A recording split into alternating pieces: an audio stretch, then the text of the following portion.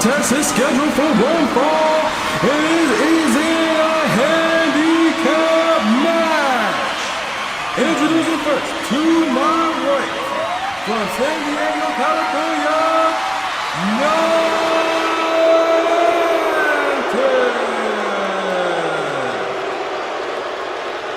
And on my left, the team of Apple and Hugo.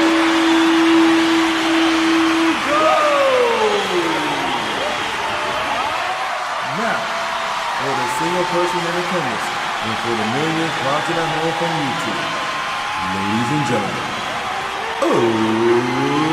let's now talk about it! Alright, ladies and gentlemen of the YouTube citizens, y'all know who this is. It's your boy True Inferno. Today's day is Tuesday, August the 24th. I am hyped. That excitement got me pumped to talk about this one.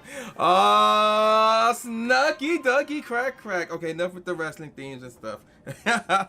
Oh, Booker T's in trouble. But anywho, that's another story for another day. Speaking of people or groups or businesses possibly in trouble, who knows? I don't know. I don't want to speculate anything like that. A little bit of information just so happened to fell on my lap while I was on Twitter because of one Pokemon Master Holly. If y'all seen it, y'all know where I'm going with this. But this is something that needs to be talked about because not a lot of people talking about it. Really, nobody's really talking about it. And if it wasn't for Holly, I'm not sure if it was ever going to be brought up. So what happened actually? So if you were to check out Holly's Twitter, she posted yesterday, the day before I actually recorded this video, she posted the following. Pokemon Go app, you're breaking Google Play terms of service by not disclosing the item drop rates or shiny rates for paid raids, paid event tickets like Pokemon Go Fest, Pokemon Community Day Research, the Kanto Tour. And then she posted a link to Google's Google Play terms of service and stuff like that. Not to mention provided a screenshot and tagged Google, Niantic Help, and Niantic Labs. And then, same day, she also posted things in Pokemon Go that are quote-unquote loot boxes / pay randomized virtual items and must have their item / shiny Pokemon drop rates displayed. And then she mentioned incense, lures, event ticket research, and in parentheses, don't forget Pokemon are digital items and they don't display the pool for these, tagging Google Play and Niantic Help. After looking at their terms of service, so as you can see right here, this legit is their terms of service. If you go to support.google.com, they have like basically terms of service for those of you who want to create an app and put it on the Google Play Store. And if you go all the way down to the payment part and all the way down to number 6, it actually says the following.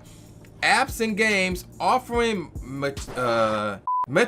mechanisms, there we go, to receive randomized virtual items from a purchase, including but not limited to quote-unquote loot boxes, end quote, must clearly disclose the odds of receiving those items in advance of and in close and timely proximity to that purchase. Now, it don't stop there. So now we are at the Apple's website. There's tons of services. So we're talking developer.apple.com. So I'm on business number 3 here on their list of tons of services.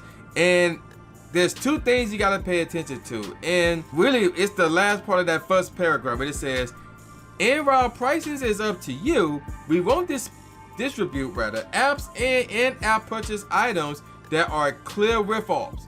We'll reject expensive apps that try to cheat users with irrationally high prices. Now we go all the way down to 3.11 where they talk about in-app purchases, and it's the third bulletin from the bottom. So it says apps offering quote-unquote loot boxes or other mechanisms, how you pronounce that provides randomized virtual items for purchase must disclose the odds of receiving each type of item to customers prior to purchase. It's almost similar to the same thing that Google wrote. Like, it's almost like word for word. So that's interesting. I wonder who's copying from who with that one. What does this mean for Niantic and Pokemon Go? So if you were to play the game, there's nothing in the game that tells you the odds of you getting a shiny from a raid and shinies from an egg. Now they did added the egg portion recently, or they try to basically add their portion of, oh, here's our shiny rate for the egg, if you want to call it that. So if you were to look in the game right now, I'm looking at the 12 kilometer egg. Now, if you can scroll down, it will show you the Pokemon that are in these 12 kilometer eggs. So as you can see, there's a grand total of 10 Pokemon that you could possibly get out of this one egg. Now, you're probably saying, well, that's good enough, right? No, that's not good enough, actually. Even if you click on the question mark, this doesn't really explain much. It says hatchable Pokemon. Groups of Pokemon that are high on the list are more likely to be hatched from this egg. They don't mention about the shinies. There's nothing here that mentions the shiny rate. So technically, no, they don't give you the odds of you hatching a shiny from any of the eggs. They don't mention the odds of you getting a shiny from the raids. They don't mention the odds of you finding a shiny in the route. Now, some of you may come up with, well, we got the Silk Road for that. No, that don't count either, because the Silk Road is its own independent party. They do not work for Niantic. They do not work under Niantic. They have little association with Niantic. Now, granted, have they talked? Possibly. I don't know. But it's not like the Silk Road is a group under Niantic that works under Niantic. You don't see the Silk Road basically in the same build as Niantic, pulling a 9 to 5 or anything like that. That's not how that works. So, unless Niantic is legit putting this up in the game, they kind of breaking the terms of services for both Google and Apple. Which begs the question, how is the game still existing in the apps? Money. I mean, let's be real, it's money. Now, Google is one thing. Here's the reason why. Niantic's CEO is John Hanke, who once upon a time used to work for Google. I mean, do I need to explain the connection there? Do I need to explain how he's able to get away with that under the Google Play Store? I mean, so money and connections in regards to the Google Play.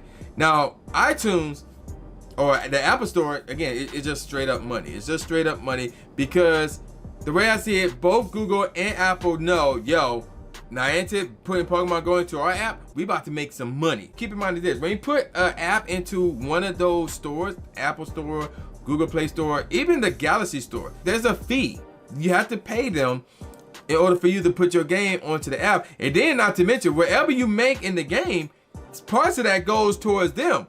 I mean, do I have to explain the whole Fortnite scenario between Apple and Epic Games? Like, do I have to explain that one? Money is involved, and of course, money is the root of all evil. And I said this in my last video, I'm gonna say it again.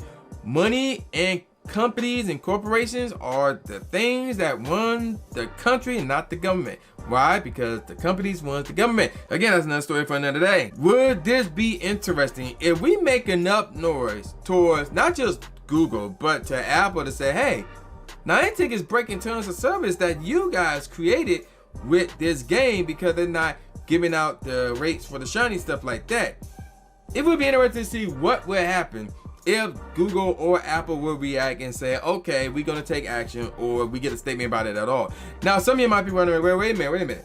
There's no loot boxes in Pokemon Go. Well, just because you don't see the word loot box or loot boxes in the game, that doesn't mean it don't exist. Hatching an egg is basically a loot box. That's basically what it is. A loot box is something where you pay money or you have to grind extremely hard just to obtain and to open and see if you get something that you consider valuable. So the main thing that we hatching for, aside from really rare Pokemon for Pokedex or really rare Pokemon that we can use for PvP or to use in raids, are shinies. That's like the number one thing people are hatching eggs. That's the main reason why people will hatch eggs, to see if they can get the shiny. When you open an egg or hatch an egg, you want the shiny.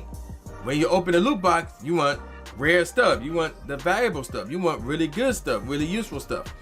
Pretty much the same thing there, whether it's loot boxes or not. But the fact that they're not giving you a mathematical chance of you getting a shiny out of hatching an egg or hatching all these eggs or doing these raid bosses or even just playing the game and checking every Pokemon, that's kind of is, there's no kind of actually, it is against terms of service. With all that said, I want to hear from you guys. What do you think about this? So should we make noise about this as well? And for those of you who are against this, like, tell me right, be reasonable, and you know, use your intelligence here. Don't be trolling anything like that, because you won't be taken seriously. So that's my thoughts on this issue right here. And I'm gonna call it a wrap. So with all that said, y'all know who this is. This boy New J Gatsby, aka New Steve Nate Smith, saying peace out, y'all, and I'll see y'all next time. Yeah. Ooh, let's now talk about it.